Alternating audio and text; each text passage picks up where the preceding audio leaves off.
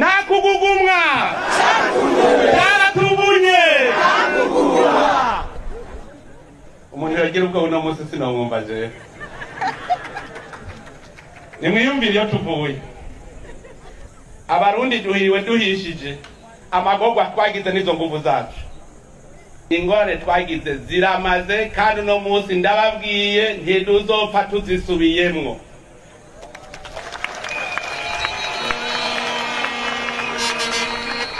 nibaze mu masabiri tuzogwana nizoba vyaheze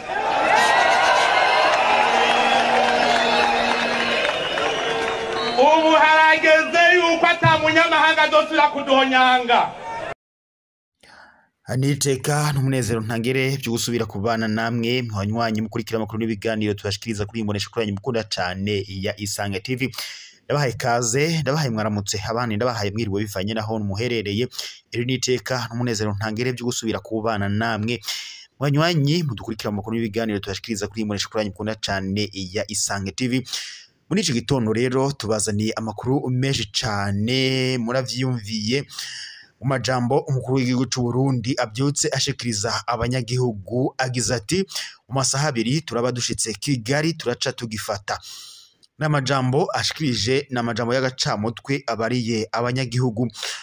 Ni nyuma yaho rero umutekano w'u Rwanda n'u Burundi utosekaye nyuma yuko umukuru w'igihugu cy'u Burundi Evariste Ndayishimiye agendeye intara ya Rumonge. Aya n'amajambo yashikirije abanyagihugu agize ati muri iki gitondo rero abyutse ashikiriza abarundi ati mu masaha abiri turaba tugifashe nta uzokongera kudodobereza abarundi. Ateye iteka abarundi n'abarundi kazi abareko mu masaha abiri yonyene baca bashika i Kigali bagaca bafata igihugu c'u Rwanda. Nyuma y'ivyo byose rero perezida w'u Burundi Evariste Ndayishimiye asohoye itangazo rimenyesha umukuru w'igihugu c'u Rwanda ko mu masaha abiri yonyene aca ashika mu Rwanda i Kigali agaca afata igihugu. Amagambo umukuru w'igihugu cy'u Burundi ashikirije namwe murayiyumviye muri iryo jambo nyene yariko arashikiriza abanyagihugu b'u Burundi. Turaza kubigaruka ko ku buryo bw'idonido turabire hamwe kungene umutekano hagati y'u Rwanda n'u Burundi uhagaze. Biragaragara ko umutekano wamaze gutosekara namwe muravyumviye mu majambo umukuru w'igihugu cy'u Burundi ashikirije abanyagihugu b'u Burundi.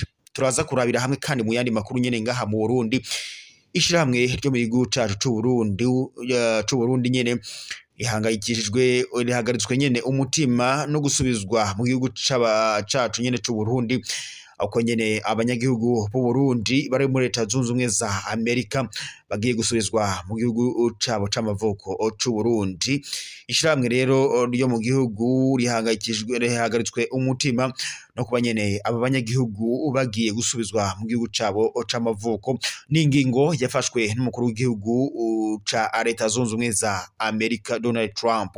Turaza kugaruka kuri aya makuru ku buryo bw'idonido, ntimuze kujya kure y'imbonesha kuri mukunda cyane ya Isange TV. Kandi turaza kunyarukira n'ubundi mu yandi makuru ariko aravugwa ngaha mu Burundi. Imiduga 11 imashine nyabwonko zo mu biro 231 ndetse n'amagendanwa 70 hamwe ndetse n'ivyuma bifasha gusohora impapuro bizwi nka imprimante mu ndimi z'amahanga nivyo byatanzwe n'ishirahamwe mpuzamakungu rijejwe iterambere PNUD.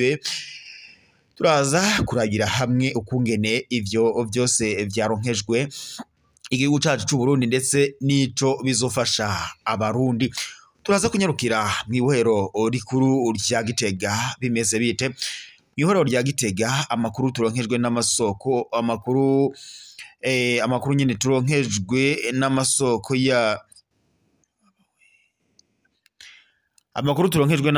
yacu ngaha nyene mu ihoro rya Gitega atubariye ko ngo arenga Yome Bunyoni abari buze kurenguzwa imbere y'ubutungane kuri uyu wa gatanu. n'amakuru turonkejwe n'amasoko yacu turaza kuyagaruka ko ku buryo bw'idonido mu makuru yacu nk'ubundi nk'uko nyene tubandanya tubashikiriza. Reka tugaruke rero mu makuru yacu ku buryo bw'idonido duhereye ku ngingo y'umutekano hagati y'u Rwanda ndetse n'u Burundi. Perezida w'u Burundi Evariste Ndayishimiye ashinze ntahe abanyagihugu b'u Burundi ko mu masaha abiri araza kubashitse i Kigali ndetse agaca atanguza intambara kuri leta y'u Rwanda iyobowe na nyakubahwa Perezida Paul Kagame. Nyuma yaho rero umukuru w'igihugu cy'u Burundi Evariste Ndayishimiye agendeye intara ya Kirundo agata ashikiriza amajambo ateye ubwoba abanyagihugu b'u Burundi bo mu ntara nyene ya Kirundo. Kuri ubu rero avuze ati ntawuzongera kutudodobereza, ntawuzongera kudutera ubwoba, igihugu twarakigwani. Acagira ati abo bashaka kudutera nyuma y'amasaha abiri turaba dushitseyo maze duce dutanguza intambara. Nta majambo namwe mwiyumviye mu majambo ashikirije abanyagihugu b'u Burundi, n'amajambo rero ateye ubwoba ku gihugu cy'u Rwanda. Perezida w'u Burundi Evariste Ndayishimiye aciye asohora ikete rihuta cyane rishikirijwe u Rwanda, arabariye ko nyuma y'amasaha abiri gusa aza kuba ashitse i Kigali agaca nyene ngo akura ko ubutegetsi bw'u Rwanda uyobowe na Perezida w'u Rwanda Paul Kagame. Atangaje ko nyene aca atanguza intambara mu masaha makeyi nk'uko muvyumvise mu majambo ashikirije. Mu yandi makuru kandi mu Burundi ishirahamwe ryo mu gihugu rirahagaritswe umutima no gusubizwa mu gihugu kw'abarundi na leta zunze ubumwe za Amerika. Iyi ni ingingo yafashwe n'umukuru w'igihugu ca leta zunze ubumwe za Amerika Donald Trump, aho nyene abanyagihugu b'abarundi bashika 400 bagomba kugaruka mu gihugu cabo c'amavuko. Ijamwe rijejwe kugwanya urudandazwa ndengambibi rw'abantu n'ubucakara ONCT Uweto Frere rivuga ko ribabajwe no kumva ko abarundi barenga 400 ngo baba ku butaka bwa leta zunze ubumwe za Amerika bidaciye mu mategeko, bari ku rutonde rw'abazokwirukanwa mu gihugu ca leta zunze ubumwe za Amerika. Iryo shirahamwe rivuga kandi ko 11 muri bo ngo bamaze kurungikwa muri Kenya, aho nyine ngo bariko ngo barabazwa. Bo rero ngo bakoresheje ibitabo by'inzira vya Kenya mu kuja muri leta zunze ubumwe za Amerika. Umushikiranganje w'u Burundi ajejwe imigenderanire n'amakungu aha nyene mu gihugu c'u Burundi ko agomeza abandanya avuga ko indongozi z'u Burundi zizokorana neza ngo niza leta zunze ubumwe za Amerika nk'uko bisanzwe. Inkuru dukesha rero amasoko yacu yadutohoreje ngaha muri leta zunze ubumwe za Amerika nuko umukuru w'igihugu ca leta zunze ubumwe za Amerika Donald Trump ubumwe leta zunze ubumwe za Amerika nyene ariwe Donald Trump ariko ngo ararongora ikiringo ciwe ca kabiri. Yatangaje ko igikorwa gikomeye co kwirukana abantu muri Amerika. Dufatiye rero ngo kubiharuro by'abajejwe bimukira bo muri leta zunze ubumwe za Amerika, abantu hagati y'imiliyoni 11 n'imiliyoni 13 batagira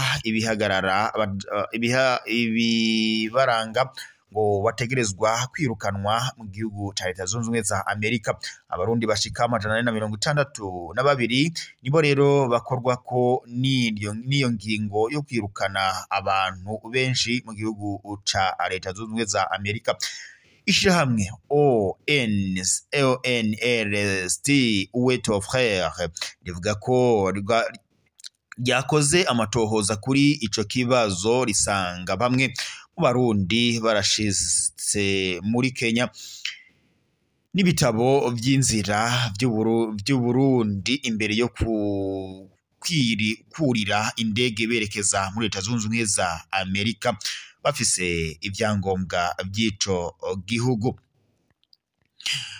Mu yandi makuru kandi tubandanirije ngaha mu Burundi nuko imiduga 11 imashine nyabwonko zo mu biro 231 na ngendanwa 70 hamwe ndetse n'ivyuma bifasha gusohora impapuro bizwi nka imprimante nivyo vyatanzwe n'ishirahamwe mpuzamakungu rijejwe iterambere PNUD.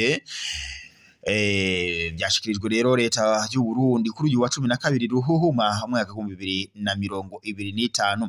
Userukira PNUD mu Burundi yamenyesheje ko vyatanzwe umugambi wo gukorera hamwe gutunganya neza inzego za leta.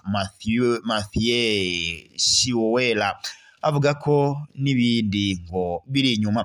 Umuyobozi mwishirahamwe mu biro umuyobozi mwishikira mu biro by'ubushikiranganje wa mbere umuyobozi mwishikira mu biro by'umushikiranganje wa mbere yakiriye ivyo bikoresho kw'izina rya leta y'u Burundi. Arashima kandi ko ngo uwo mugambi ufise akarusho. Datus Nyandwi asigura kandi ko ngo wateguwe impande zose zigiye hamwe ngo kandi ko n'abahinga ngo bo gufasha bahari.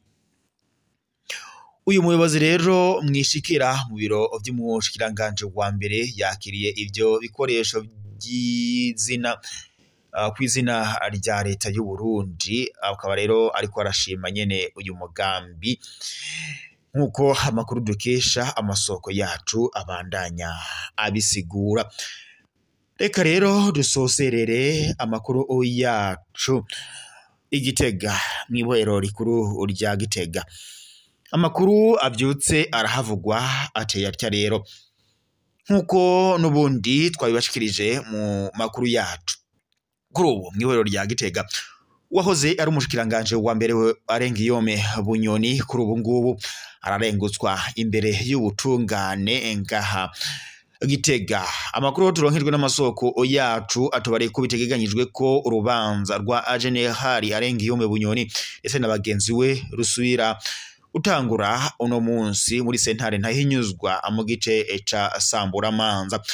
Nkuko rero amakuru dukesha amasoko yacu ngaha Gitega yabidushikirije mu cicaro ca mbere no mu gice c'iyunguruzirizo aho nyene muri sentare ntahinyuzwa General Arengiyome Bunyoni yari yaciriwe gupfungwa ubuzima bwe bwose no kurya no ndetse ngo hari hashizwe ko ngo agomba no kunyagwa amatungo atari make. Yagirijwe mu byo rero Arengiyome Bunyoni canke se uyu yari umushikiranganje wa mbere w'u Burundi Arengiyome Bunyoni yagirizwaga ivyaha bikomeye harimo ndetse ngo no kugerageza kwica umukuru w'igihugu c'u Burundi Evariste Ndayishimiye akoresheje amatengetenge. Bagenzi we nabo rero barimo Colonel Desire Uwamahoro na Colonel Samuel Destino bapfumuke ko ngo bo bahawe ibihano bidashikira ivyo Arengiyome Bunyoni yoba yari yahawe. Gasamburamanza ishobora ngo kwemeza urubanza rwamaze gucibwa canke ikirusambura. Mu gihe rero irusambuye ica irusubiza kuri sentare yaruciye ariko ngo hagasasa abandi bacamanza. Muri rero Gasamburamanza ntibaburana kukumenya ko ngo ivyaha vyakozwe canke bitakozwe, ahubwo bivuga ko ngo baharira kugegena kukugene urubanza rutisunze amategeko. Ngayo rero amakuru aramutse avugwa ngaha mu Burundi. Arengiyome Bunyoni rero akaba yari umushikiranganje wa mbere w'u Burundi yaciye asubirizwa na General na Gervais Rakobuca azwi ku kazina kagatazirano kandakugarika. Reka rero dusozerere amakuru yacu ngaha mwe Barundi namwe Barundi kaze mwakurikiraga amakuru n'ibiganiro twabashikirizaga kuri imbonesha kuri yanyu mukunda cyane ya Isange TV. Reka tubabarire ko amakuru yacu tuyasozereye ngaha, turaza gusubira mu makuru ataha. Gusa reka ndakwibutse weho wobo turafyonda sabone ndetse na partage utufyonda ko kugira uzura buwa mbere kubona mukuru n'ibiganiro tubashikiriza kuri imbonesha kuri mukunda cyane ya Isange TV.